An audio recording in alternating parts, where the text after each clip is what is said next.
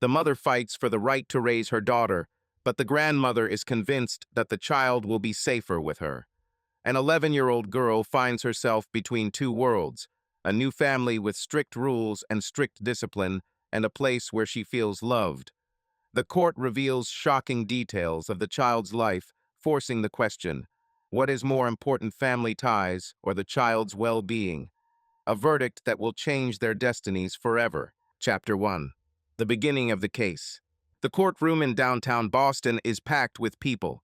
Only the restrained voices of lawyers and muffled footsteps on the marble floor break the silence. Judge Elliot Graves flips through the documents on his desk, checking the information. His gaze runs over the pages of the file, which reads, #2025-0478 Victoria Johnson custody case. A few minutes before the start of the meeting, two women are sitting on opposite sides of the hall. One of them is Sarah Williams, a tall blonde dressed in a discreet beige suit, wringing her hands nervously. She looks around all the time, as if looking for someone in the crowd. The other is Ann Carter, an elderly woman with gray curls, holding a black bag in her hands, from which a neatly folded piece of paper can be seen. Her face is calm, but her eyes are closely following Sarah's movements. Suddenly, the bailiff's voice is heard in the hall. "Get up!" Judge Graves enters the courtroom. The judge, a stately man in a dark robe, enters his seat and takes a chair. His face expresses seriousness. He looks around the hall and says sternly, "We are considering the case of custody of minor Victoria Johnson. The plaintiff is the child's mother, Mrs. Sarah Williams. The defendant is the grandmother, Mrs. Ann Carter. Let's get started." Sarah takes a deep breath, her fingers shaking as she picks up a pen and jots something down on the paper. Her lawyer, Jonathan Bailey, quietly whispers, "The main thing is not to panic. Speak the truth." Ann Carter keeps her eyes on the judge, her attorney, Mrs. Ruth Simmons, calmly holding a file folder in front of her. Judge Graves looks at the case file again. The materials indicate that Victoria Johnson, 11 years old, left her mother's home twice and sought refuge with her grandmother. The plaintiff claims that the defendant is illegally keeping the child. At the same time, the defendant claims that the child came to her voluntarily. We have to figure out where it is best for Victoria. We are listening to the plaintiff's side. Mrs. Williams, I speak to you. Sarah stands up, her heart pounding in her chest. She catches Ann Carter's look, which seems like a challenge to her, and steps forward, preparing to tell her story. Chapter 2. Testimony of the Mother. Sarah Williams felt a lump rise to her throat. She straightened up, wringing her hands in an attempt to calm herself. Anything she says now could determine her future and her daughter's future. She looked at the judge, who was watching her carefully, and took a deep breath. "Your Honor," she began, trying to keep her voice even, "I love my daughter more than anything in the world. After the death of my first husband, I spent a long time trying to cope with the pain and give Victoria the best life possible. I worked, took care of her, but then I met Max. He became a support for me, helped me feel alive again." Judge Graves nodded, gesturing for her to continue. "Max didn't just accept me, he also wanted to accept Victoria." Sarah turned her gaze to the child's grandmother, who was sitting across from her. "We got married, moved into his house, and I gave birth to another child. I wanted to give Victoria a complete family where there would be order, care, and stability." Ann Carter's attorney, Ruth Simmons, rose. "Did you know that your daughter ran away to her grandmother twice? Why do you think she did this?" Sarah looked down, her lips pursed.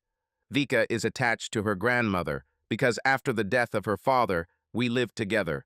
I do not deny this, but she is a child, and children often idealize those who allow them to do something. Our family has rules and discipline. She must learn to live in the real world." Ruth Simmons crossed her arms over her chest. "Do you think that the grandmother indulges the child? She does not set any boundaries. Vika should feel responsible and not just run to someone who allows her everything when she doesn't like something." The judge intervened.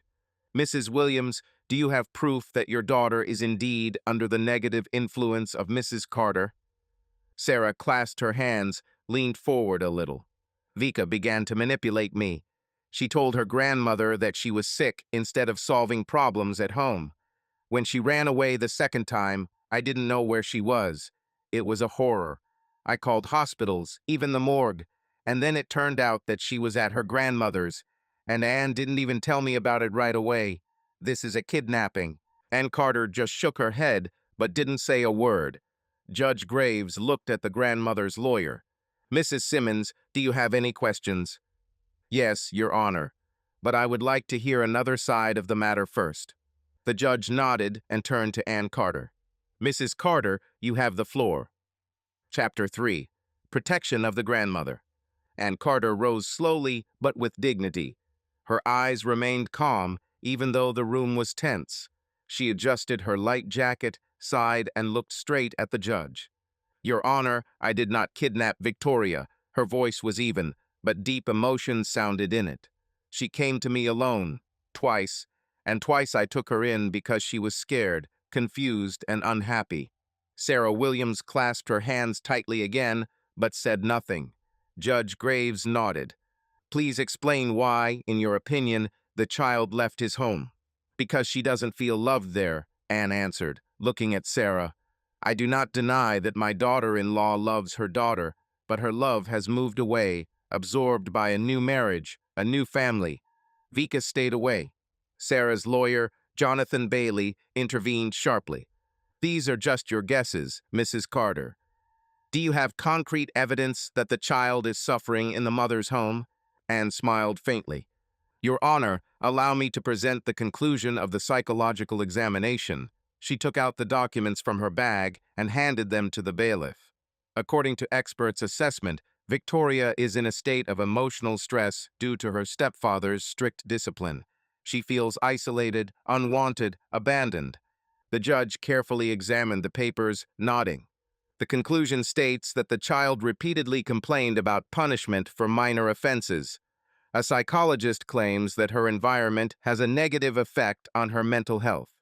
That's right, Your Honor, Anne confirmed calmly. Vika does not have the opportunity to have friends. There is no support. She is afraid to make a mistake because for every mistake she is punished.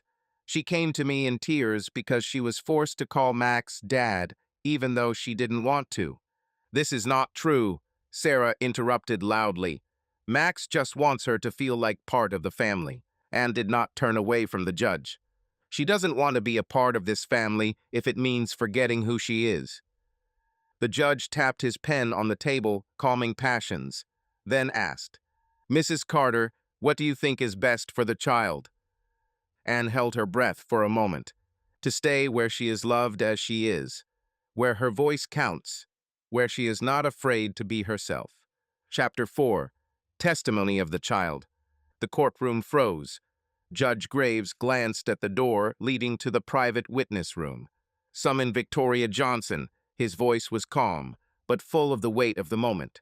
The door opened, and Victoria entered the hall. She was 11, but at this moment she looked older. Her back was tense, her eyes full of anxiety. She clutched the sleeves of her light sweater tightly, and her eyes darted between her mother and grandmother.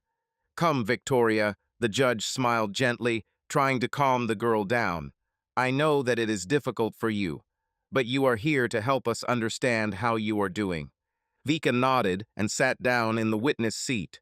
She was silent for a few seconds before the judge asked the first question.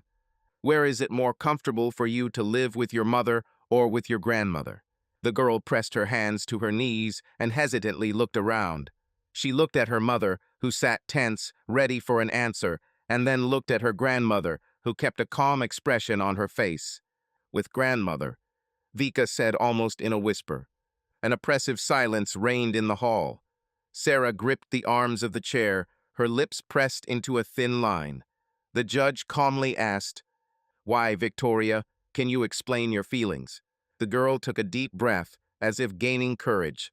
When I live with my mother and Uncle Max, I'm always afraid of doing something wrong. He is very strict. He says it should be that discipline is important, but I'm afraid of him. Sometimes he punishes me for little things. For what, for example? The judge asked softly. Once I did not iron my school uniform, and I was not allowed to go out for a month. And when I brought the kitten home, he threw it out on the street, said it was dirty. Victoria's voice trembled. And how is your mother? Does she support you? Ann Carter's attorney, Ruth Simmons, interjected. The girl looked at her mother. She doesn't listen to me. Whenever I try to talk to her, she's always busy with Archie or Uncle Max. I know she loves me, but I don't think she needs me anymore. Judge Graves cocked his head to the side, considering the child's response. At that moment, it became clear. The decision he would make would change this girl's life forever. Chapter 5. Verdict. The courtroom froze in anticipation. After Victoria's testimony, everyone understood that the decision would not be easy, but final. Judge Elliot Graves flipped through the documents, his face impenetrable as he considered what he had heard. Sarah Williams sat with a tense back, her fingers running across the table, tapping out a nervous rhythm. Ann Carter, on the other hand, remained calm, although her eyes showed anxiety. Vika looked down, clutching her hands as if she was afraid to look at anyone in this hall. The court has considered all the evidence. The judge finally spoke. His voice was clear and even. We heard the testimony of the mother, grandmother, and the child herself. In this case, the decisive factor is not only the mother's legal right to custody, but also the best interests of the child. Sarah clenched her jaw, staring intently at the judge. She already knew what she was about to hear. Victoria Johnson clearly expressed her position. She does not feel comfortable in the house of her mother and her new husband. The conclusions of the psychological examination confirm that the strict rules and discipline of the stepfather cause emotional stress in the child. In this case, the welfare of the child must be guided, and not only the rights of the parents. The judge paused, looked around the room and said, "The court orders that Victoria Johnson be placed in the custody of her grandmother, Mrs. Ann Carter." There was silence. Sarah let out a sharp breath, her face contorted in pain. "But, Your Honor," her voice broke. The judge looked at her, giving her the opportunity to speak. "I wanted to give Victoria a complete family. I wanted her to have a father, a brother, to grow up in a stable home." Sarah wiped away the tears that came to her eyes. "And now what? Did I lose her?" "No, Mrs. Williams," answered the judge calmly. "You have the right to regular meetings and communication. This does not mean that you are not a mother, but it does mean that, for now, it is better for the child to stay where he feels safe." Ann Carter squeezed Victoria's hand, and she held it tight. The judge struck with the gavel. "The meeting is over." Sarah sat in silence, as if she was still trying to comprehend what had just happened. Her family has fallen apart, and now she will have to rebuild her relationship with her daughter, not as a mother who rules her life, but as a woman who once made the wrong choice. And what do you think? Was the judge's verdict fair? Write your thoughts in the comments below the video. Subscribe to the channel so you don't miss the next crazier thing.